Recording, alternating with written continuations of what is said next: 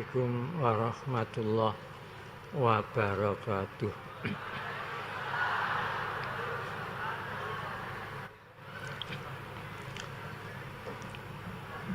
Bismillahirrahmanirrahim.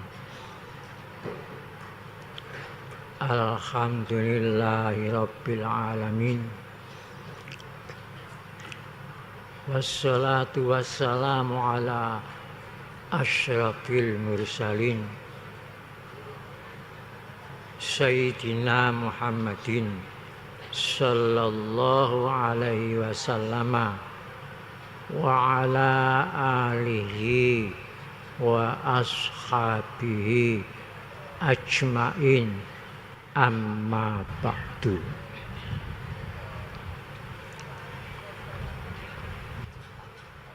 Hadirin wal hadirat,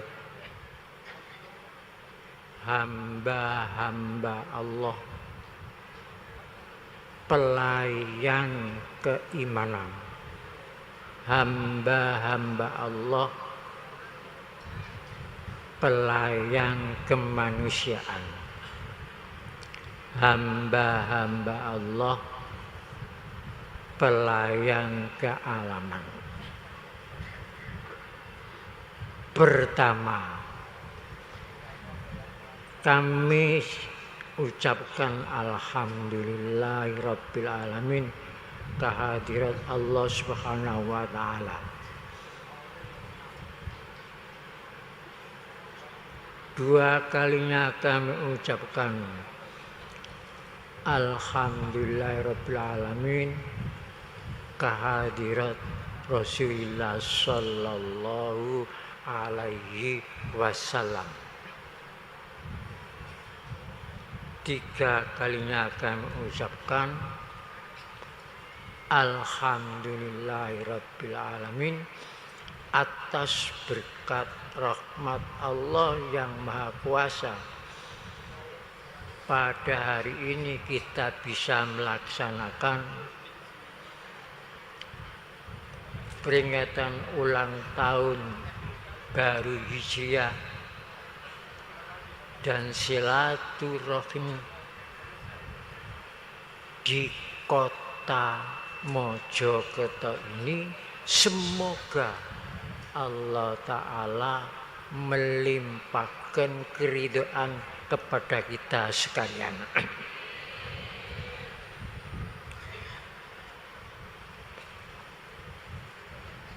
Ma'asyiral muslimin rahimakumullah.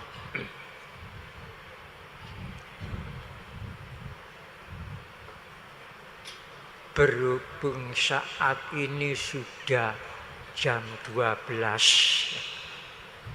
jadi di sini nanti saya hanya menyampaikan sedikit saja. Sedikit saja. Setelah itu selesai.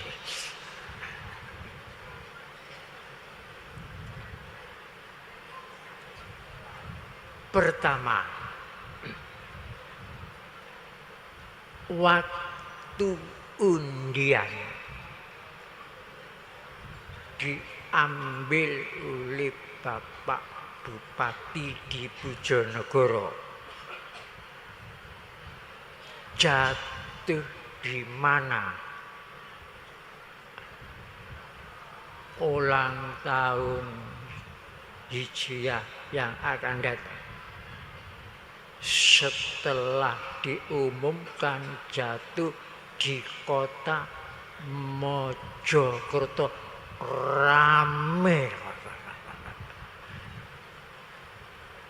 Di situ saya mengucapkan alhamdulillah, alhamdulillah sampai 10 kali. Bukan 2 kali, 10 kali.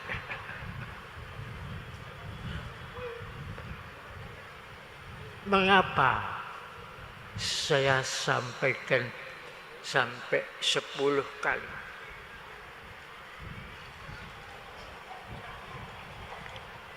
Sebab kota kota Mojokerto ini walaupun kota kecil, tetapi kota sumber. Sumbernya segala istimewa yang ada di Nusantara ini ada di Mojokerto.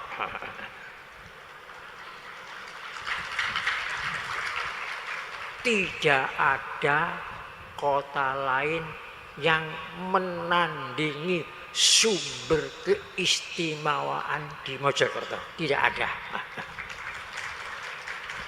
Cuma saja sampai detik ini belum ada yang mengungkap keistimewaan Mojokerto ini. Sampai sekarang ini belum ada yang mengungkap karena tertimbun oleh pengaruhnya penjajahan.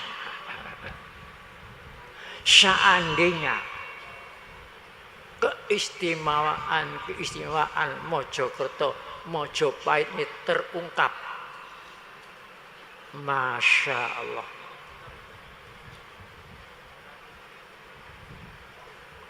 kota-kota yang dikatakan kota istimewa Yogyakarta, daerah istimewa lainnya itu menjadi kecil.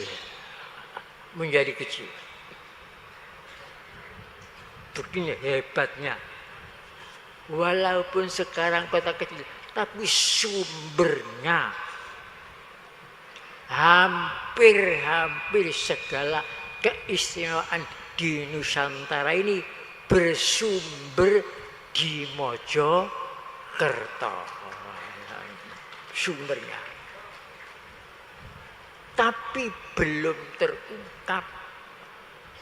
Sampai orang Mojokerto sendiri tidak mengungkap, mungkin tidak ngerti mungkin. Apalagi di luar Mojokerto.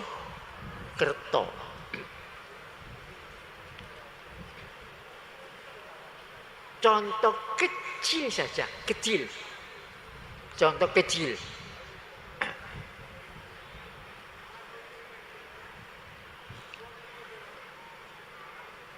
Mengapa saya beli rumah di Kecamatan Trowulan, Desa Bejijo? Lama saya beli.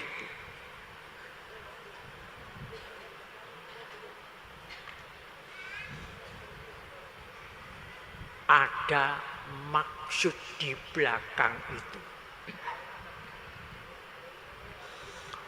Saya lama beli rumah di Kecamatan Trowulan, Desa Bejijo, berdampingan dengan Candi Brau. Setelah saya beli, saya pergunakan musyawarah tokoh-tokoh lintas agama.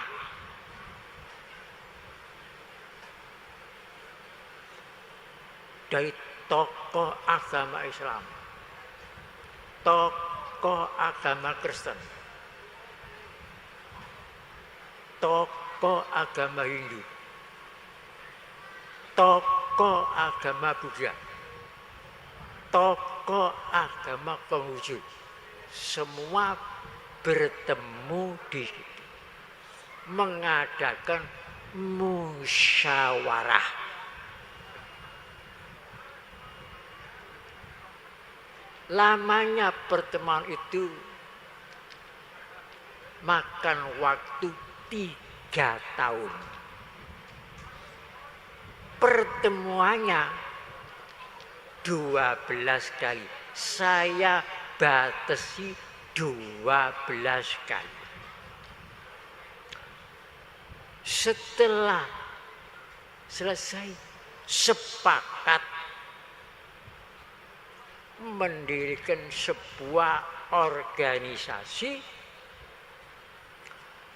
yang saya beri nama organisasi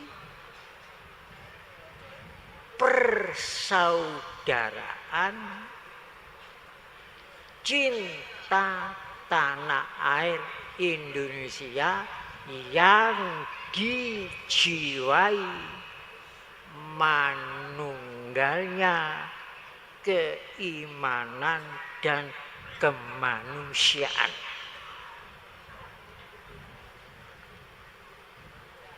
Pertemuan itu dari tahun 2006 sampai 2009.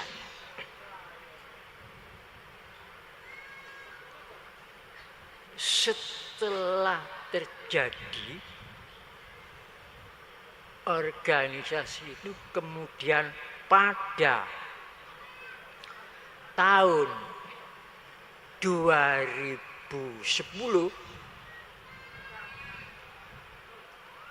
diadakan deklarasi bertempat juga di Trowulan di Pendopo Agung Mojopahit.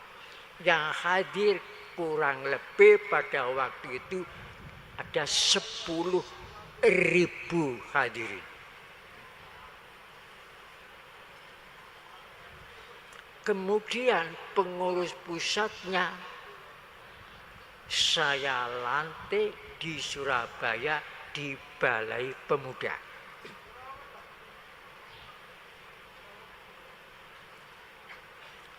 Saya sampaikan pada waktu itu kepada pengurus-pengurus pusat, organisasi ini akan menjadi organisasi besar.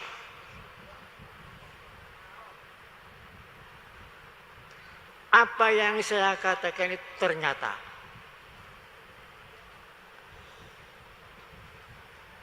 baru usia 5 tahun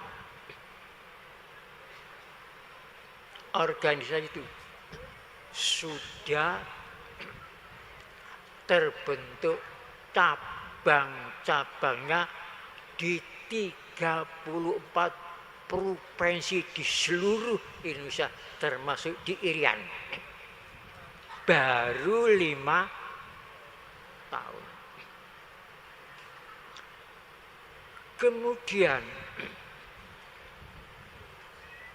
usia 6 tahun mengadakan ulang tahun bertempat di Taman Mini Indonesia Indah. Tempat itu memang saya tunjuk. Padahal baru usianya 6 tahun. Di Taman Mini itu saya hadir. Saya sampaikan dalam sambutan saya, mengapa saya pilih Taman Mini Indonesia Indah. Harapan saya agar tidak menjadi mini terus, supaya menjadi Taman Raya Indonesia Indah. Itu harapan saya.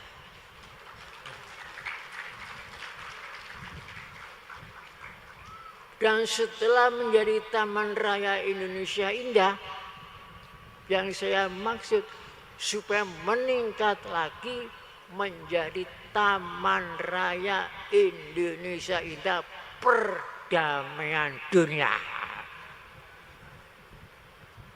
Karena di dalam pembukaan Undang-Undang Dasar 45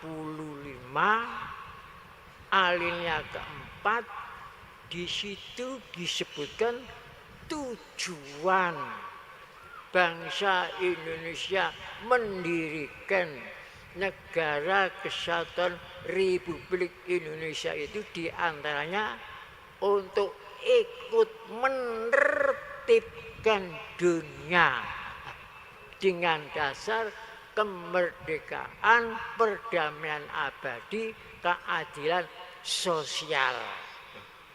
Dan pada waktu itu yang saya incer yaitu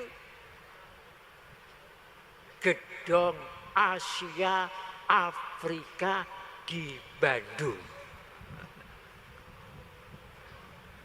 yang pernah dijadikan pertemuan dua benua.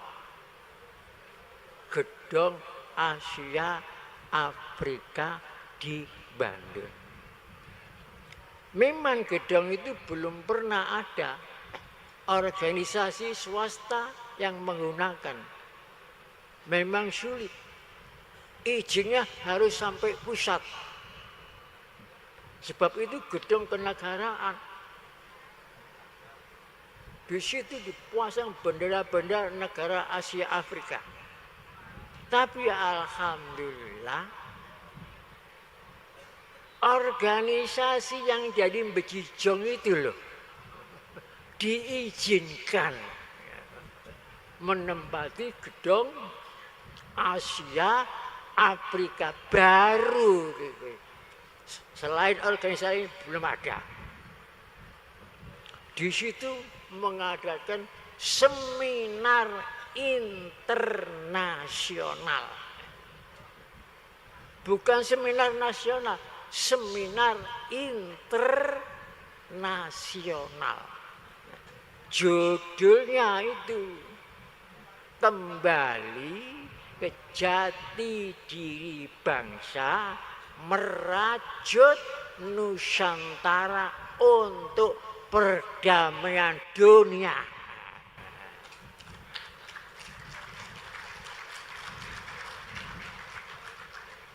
Bagaimana hebatnya. Sedang saya juga datang ke sana. Narasumbernya ada 6. Yang hadir dalam gedung itu kurang lebih sekitar 500. Seminar kok yang hadir 500 orang. Di antaranya yang datang itu Forum Kasultanan seluruh Nusantara. Kan hebat itu. Ya karena dari Mojopahit. Nah, itu contoh kecil keistimewaan Mojokerto ini. Jadi jangan lupa Mojokerto Asia Afrika. Dari bejijong itu kecil tempat. Oleh sebab itu sebaiknya warga Sitika ini ya kapan-kapan lah cek niru bejijong. Rusumbere.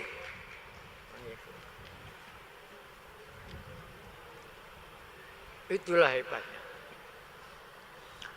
Kalau kita berbicara negara Indonesia, ingat ya, negara Indonesia. Negara Indonesia itu negara yang wilayahnya meliputi 17.504 pulau. Itu negara Indonesia. Dan negara Indonesia itu yang mempunyai wilayah meliputi kepulauan Nusantara mulai tahun 400 Masehi sampai sekarang ini hanya ada 3. Satu, negara Kedatuan Sriwijaya. Ibu kotanya di Palembang. Itu negara Indonesia. 2. Negara Indonesia yang kedua, Mojopahit. Ibu kotanya di Trowulan atau Mojokerto ini. Negara Indonesia yang ketiga, Negara Kesatuan Republik Indonesia yang berdiri pada tahun 1945. Ibu kotanya di Jakarta. Jadi pertama negara kedatuan, 2 negara keprabuan, Mojopahit, dan yang ketiga negara kesatuan. Jadi kedatuan, keprabuan, kesatuan, itulah negara Indonesia. Jadi kalau kita berbicara mengenai negara Indonesia, Mojokerto ini tempat dahulu ibu kota negara Indonesia yang kedua. Begitu istimewanya. Nomor 2. Kalau kita berbicara mengenai bendera negara Indonesia sang merah putih, di antara sumbernya juga dari Mojokerto. Baca sendiri dalam batang tubuh Undang-Undang Dasar 45 bab 15 pasal 35 bunyinya, bendera negara Indonesia ialah sang merah putih. Bukan bendera negara Republik, bendera negara Indonesia ialah sang merah putih. Karena di dalam buku 6.000 tahun sang merah putih, temboknya Keraton Mojopahit dulu merah, lantainya putih. Nah itu melambangkan bendera merah putih.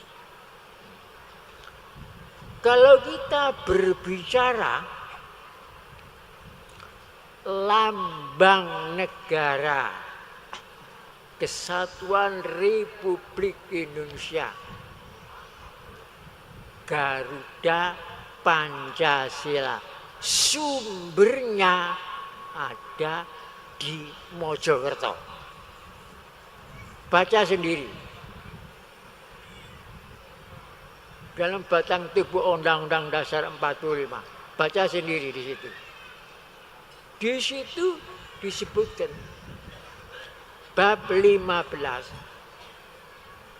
pasal 26A. Di situ disebutkan lambang negara ialah Garuda Pancasila dengan semboyan Bhinneka Tunggal Ika. Nah, Bhinneka Tunggal Ika itu diambil dari buku Sutasoma. Buku Sutasoma itu karangannya Pujangga Mojopahit Empu Tantular. Juga sumbernya dari Mojokerto. Kalau kita berbicara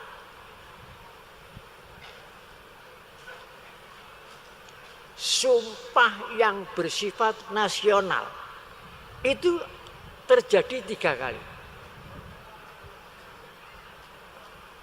Pertama, Sumpah Amukti Palapa tahun 1331. Itu sumpah pertama. Ya di Mojokerto sini. Berselang 597 tahun, Sumpah Nasional kedua, Sumpah Pemuda. Berselang 17 tahun dari Sumpah Pemuda, Sumpah Nasional yang ketiga, yaitu Sumpah Presiden dan Wakil Presiden Indonesia.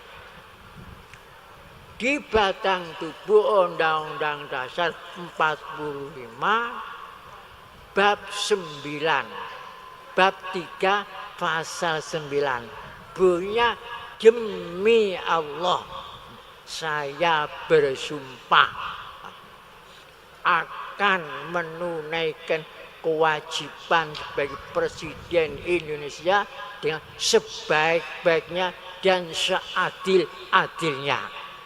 Jadi 3 sumbernya pun dari Mojokerto. Dan siapa sumber pertama itu? Seorang pemuda namanya Ghaza Madah. Ghaza pejuang, Madah terpuji. Pemuda Ghaza Madah. Orang-orang nyebut Gajah Modo.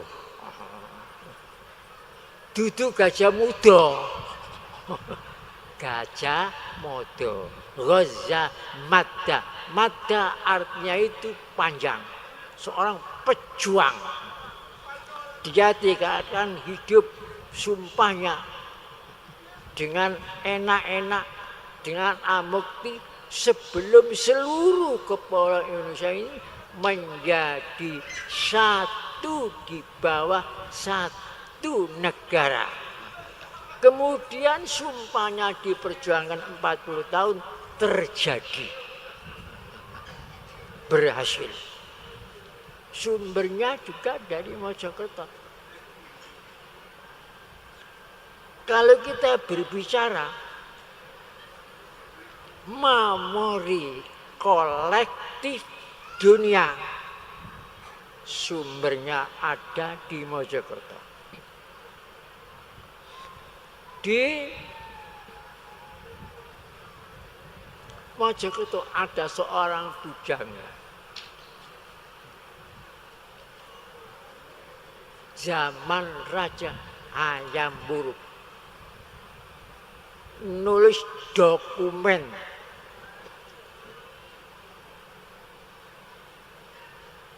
negara. Yang dokumen itu dinamakan buku Negara Kartagama. Nah, buku itu sekarang sudah resmi diakui oleh UNESCO. UNESCO untuk menjadi ingatan kolektif dunia. Di situ diketahui batas-batas wilayah Mojopahit. Sudah resmi diakui. Sidangnya di Australia. Sidangnya di Australia. Pada tahun 2008 resmi diakui oleh UNESCO. Juga jadi daerah Mojopahit dibagi menjadi 8 wilayah dalam buku Negara Kartagama itu. Wilayah 1 Jawa, Madura, Pulau Kangean. Wilayah 1. Wilayah kedua Mojopahit seluruh Sumatera. Wilayah ketiga seluruh Kalimantan sampai Brunei. Wilayah keempat seluruh Malaysia, Singapura, Patani, Thailand. Itu wilayah keempat. Wilayah kelima sampai Nusa Tenggara sampai Timur-Timur. Wilayah keenam seluruh Maluku. Wilayah yang kedelapan seluruh Irian. Irian Barat, Irian Timur, Irian Tengah. Jadi luas zaman Mojopahit daripada sekarang ini. Waktu kesempatan tahun 2005, saya musafir keimanan dan kemanusiaan ke luar negeri ke 14 negara. Di antaranya saya ke Thailand. Di sana saya mengetahui besarnya, megahnya tempat-tempat beribadah, pagoda-pagoda di Thailand. Saya tanya kepada orang sana, mulai kapan bangun semegah ini? Jawabnya, mulai dapat restu dari Mojopahit. Itu orang sana yang saya tanya. Saya kaget. Loh, mengapa kok dapat restu dari Mojopahit? Jawabnya, dulu sini daerah Mojopahit. Ini pengakuan orang sana sendiri, ya Pak. Jadi UNESCO itu menyelidiki buku negara kertagama itu tidak sembarangan diselidiki. Ini apa betul, apa dongeng, apa kenyataan, diselidiki. Setelah diselidiki terus baru mengadakan rapat di Australia, kemudian diakui buku negara kertagama ini sebagai memori dunia internasional. Jadi sumbernya dari Mojokerto juga. Kalau kita berbicara masalah toleransi umat beragama, yang paling mendahulu di sini juga dari Mojokerto. Bagaimana toleransinya Sang Brawijaya? Keponakannya diberi tempat di Ngampel, dipersilakan mendirikan pesantren di Ngampel, yaitu Sunan Ngampel.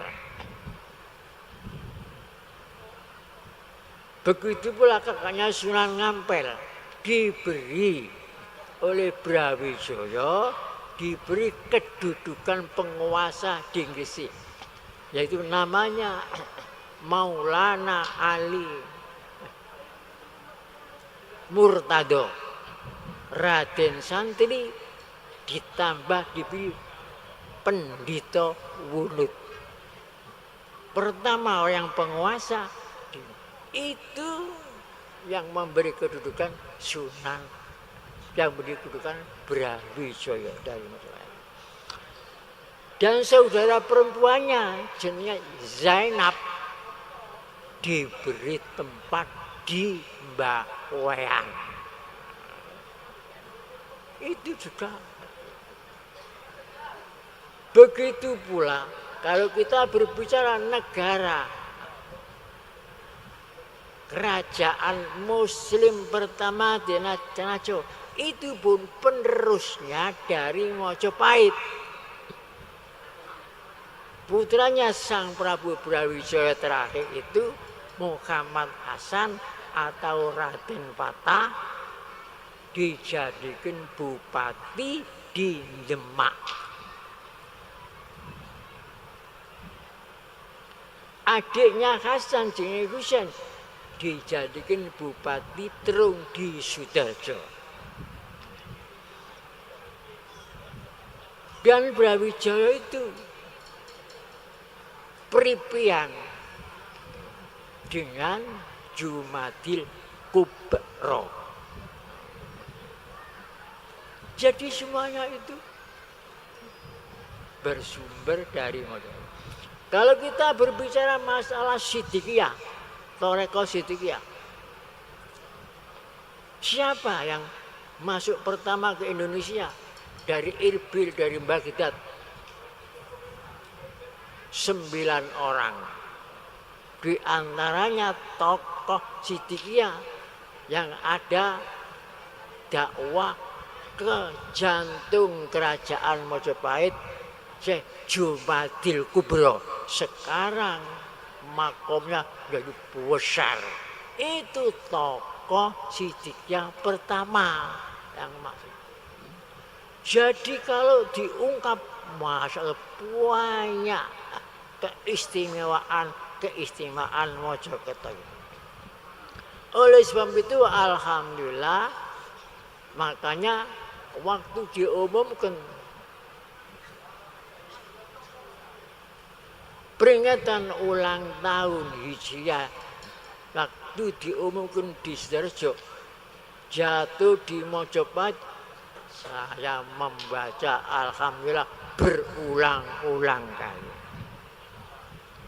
Dan tadi saya dengarkan setelah undian jatuh di Medan, wah cocok gitu. Palingnya Medan Perjuangan, seperti perjuangan di Gajah Mada.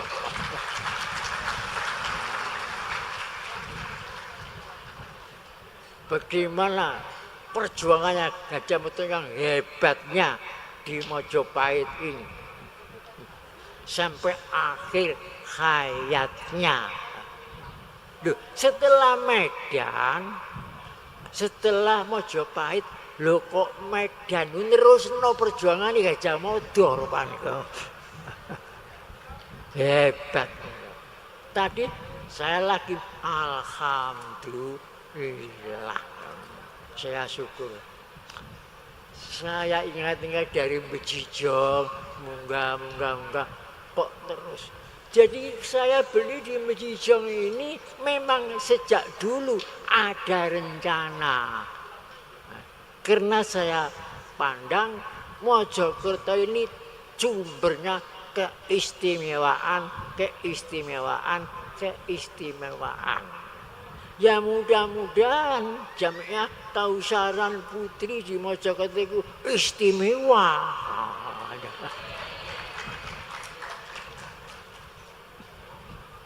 Cuma tadinya setelah jatuh Mojokerto agak minder. Apa mampu? Ya mesti mampu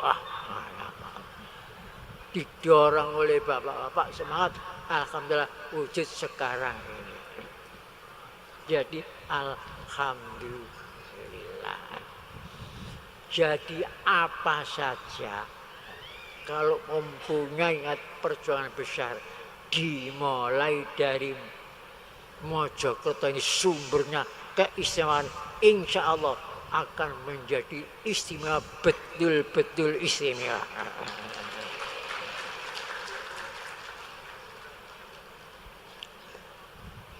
Itulah yang perlu saya sampaikan.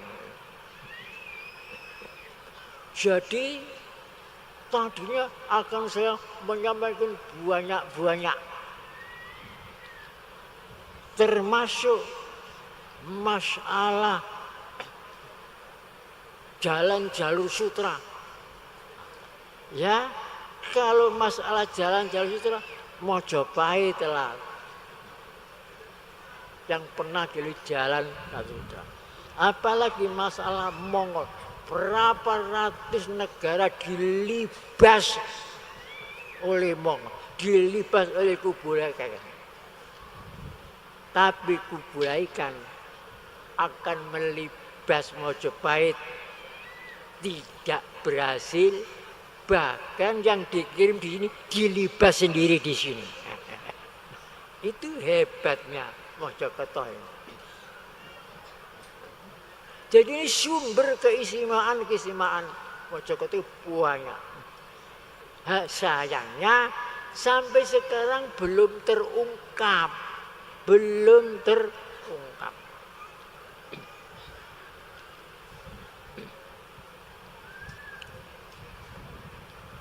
Pada tahun 615 Masehi,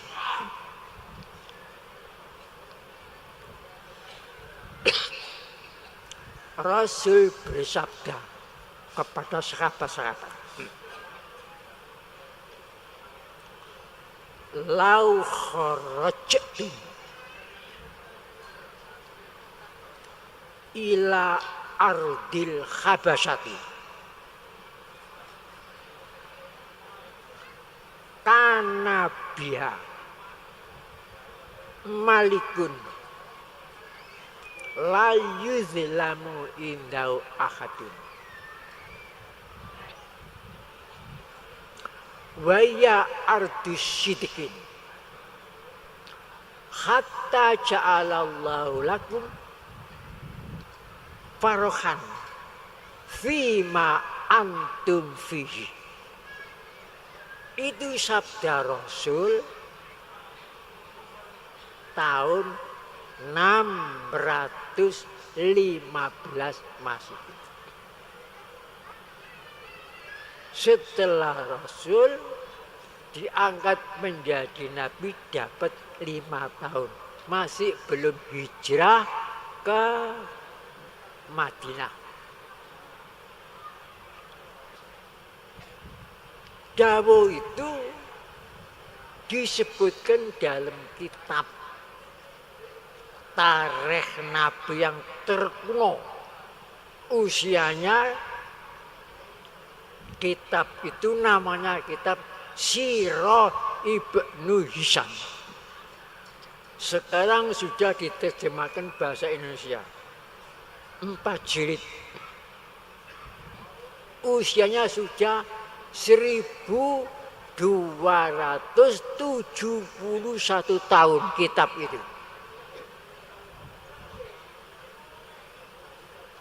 Rasul melihat umat Islam di Mekah kena musibah.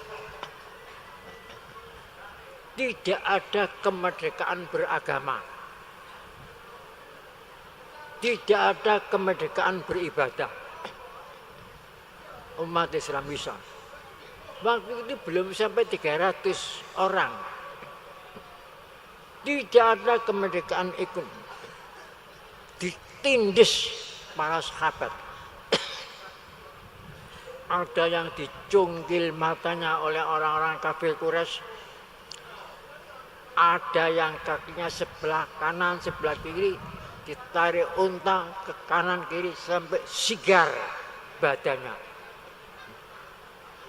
Ada yang jantungnya ditusuk oleh tumbak sampai wafat.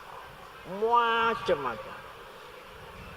Karena itu sehingga Rasul sendiri tidak mampu untuk mencegahnya, termasuk pamannya Abu Thalib. Kemudian dawuh kepada para sahabat, "Lau kharajtum, jika kamu keluar, lau kharajtum, jika kamu keluar dari Mekah ila ardil Habasyati, kepada bumi Ethiopia, sekarang namanya Ethiopia. Kalau dahulu namanya Habasyah. Sekarang Ethiopia. Ila ardil Habasyati. Karena dia di sana ada malikun raja layudlamu yang tidak pernah zalim indau ahadun kepada siapapun, raja adil, namanya Raja Najasyi. Waya ardu sitikin, dan itu tanah yang sidik. hatta ja'alallahu lakum farakan, sehingga kamu di sana itu nanti kamu gembira, merdeka beribadah, merdeka beragama, merdeka bergaul dengan masyarakat sana.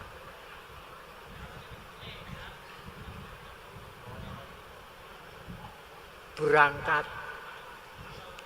dengan diam-diam malam, berangkat mencari suaka agama ke negeri Ethiopia melalui pelabuhan Suwaiba, melintasi Laut Merah, berangkat gitu. Pada waktu itu negeri Ethiopia negara Kristen Ortodok, sehingga di sana Rasul sekabatnya itu dilindungi, maka di situ disebut Malikan, tidak disebut namanya raja, Malikan, kedudukan raja. Jadi itu nanti yang melindungi negara. Jadi pertama yang melindungi para sahabat Nabi itu negara Kristen Ortodok, sehingga aman di sana. Itu tahun 615. Setelah berselang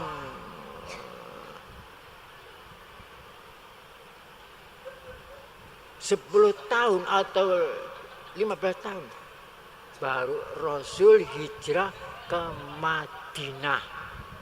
Hijrah Rasul ke Madinah itu tahun 623.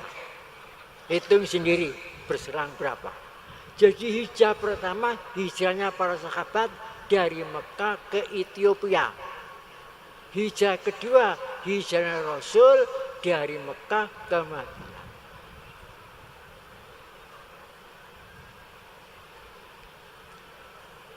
Setelah dengar Rasul hijrah dari Mekah ke Madinah, sebagian kembali ke Mekah dari Ethiopia, sebagian menetap, sebagian melanjutkan ke Tiongkok dakwah. Dakwah ke Tiongkok yang jelas jika itu melalui selat Indonesia. Sedang Rasul dawuh balighu anni walau ayat, sampaikan dari saya walaupun satu ayat. Utlubul ilma walau bisin, cari ilmu meskipun di negeri Cina. Nah, jadi sebagian menetap, sebagian kembali, sebagian melanjutkan ke negeri Cina di kota Xi'an melalui selat-selat Indonesia, terutama Selat Malaka. Jadi menyampaikan di pelabuhan-pelabuhan itu sampai ke Tiongkok. Dilihat dari situ, dari tahunnya 615 Islam sudah masuk ke Ethiopia. Kemudian masuk ke Indonesia. Jadi yang betul masuknya Islam ke Indonesia itu dilihat dari hadis itu. Abad 7, bukan abad 13 seperti pendapatnya Senur Hargrunyi itu. Itu penjajah, pelintiran saja. Dan itu hadis itu menerangkan toleransi umat beragama itu pertama agama Kristen Ortodok. Sehingga tokoh-tokoh kafir Quraisy setelah tahu umat Islam itu aman di Ethiopia, mengutus ke sana membawa emas, membawa macam-macam untuk nyogok Raja Ashama. Ditolak karo raja-raja itu. Ini dalam perlindungan negara. Harus bawa pulang emas itu. Saya tidak butuh emas. Saya menjadi orang yang terhormat karena ditunjuk banyak negara, tapi yang ditunjuk untuk melindungi umat manusia adalah negara Ethiopia. Ini kehormatan kamu. Jadi yang melindungi negara. Setelah saya membaca hadis itu, saya ingat undang-undang dasar kita itu bab 11 pasal 29 ayat nomor 2 bunyinya, negara menjamin kemerdekaan tiap-tiap penduduk untuk memeluk agamanya masing-masing dan untuk beribadah menurut agamanya dan kepercayaannya. Pas dengan hadis itu. Pas dengan apa yang dikerjakan oleh Raja Ethiopia. Itu hikmahnya. Dan Rasul juga menyebut waya ardu sitikin. Ethiopia itu bumi tanah air yang sidik. Mengapa? Di samping nyebut rajanya, masalah negara, nyebut tanahnya. Karena di Ethiopia itu ada danau yang namanya danau tanah. Luasnya kira-kira 5 kilometer danau itu. Dari danau tanah itu jadi sumbernya Sungai Nil Biru. Kemudian ada lagi danau namanya Danau Victoria yang meliputi Kenya, Uganda, Tanzania. Luasnya 323 km, hampir sama dengan Jawa Timur. Danau Victoria menimbulkan Sungai Nil Putih. Danau tanah di Ethiopia menimbulkan Sungai Nil Biru. Dua Sungai Nil ini, Nil Putih, Nil Biru ketemu menjadi satu di ibu kota Sudan namanya Khartoum. Kemudian membentuk Nil panjang. Panjangnya 6.650 km. Hampir panjang Pulau Jawa ping 7. Nil itu bermuara ke Laut Mediterania, sehingga melintasi Nil panjang itu melintasi 9 negara, menjadi kesuburannya yang dilalui itu 9 negara. Masya Allah, kalau Afrika tidak ada Sungai Nil panjang, Masya Allah, semuanya bagaimana itu? Kan hanya padang pasir dan makanya Rasul dawuh ardi sitikin. Memang dawuh Rasul itu singkat tapi mengandung hikmah yang berlapis-lapis. Ini dalam kitab Sirah Ibnu Hisham sudah diterjemahkan bahasa Indonesia. Jadi toleransi umat beragama yang melindungi suaka agama pertama itu negeri Ethiopia Kristen Ortodok. Setelah Nabi Muhammad sudah hijrah ke Madinah, begitu pula Nabi Muhammad melindungi agama-agama yang ada di Madinah.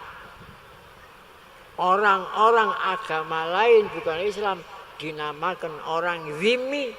Zimmi artinya orang dalam perlindungan negara. Sehingga Nabi Muhammad sampai bersabda, "Sopo sing mungsi zimmi berarti mungsi saya." Begitu Nabi Muhammad. Jaminannya dirinya Nabi Muhammad sendiri. Karena ingat para sahabat dilindungi di negeri Ethiopia. Jadi kalau kita itu, negara kita ini jadi negara yang melindungi segala agama yang hidup di Indonesia, itu sudah pas dengan ajaran Islam. Negara kita pas sudah. Jadi Pancasila itu persis pas. Itulah hebatnya Indonesia ini. Oleh sebab itu wajib kita cinta tanah air Indonesia, cinta bangsa Indonesia, cinta kemerdekaan Indonesia, cinta negara kesatuan Republik Indonesia, supaya negara kita aman, makmur, selamat dari bencana, baik pun dari luar maupun dari dalam. Semoga Allah Ta'ala meridhai kepada kita sekalian. Bismillahirrahmanirrahim. Alhamdulillahirabbil alamin hamdan yuafi ni'matahu wa ya Rabbana lakal hamdu kama yanbaghi li azimi sultanik. Rabbana atina fid dunya hasanah wa fil akhirati hasanah wa qina adzabannar. Walhamdulillahirabbil alamin. Wassalamualaikum warahmatullahi wabarakatuh.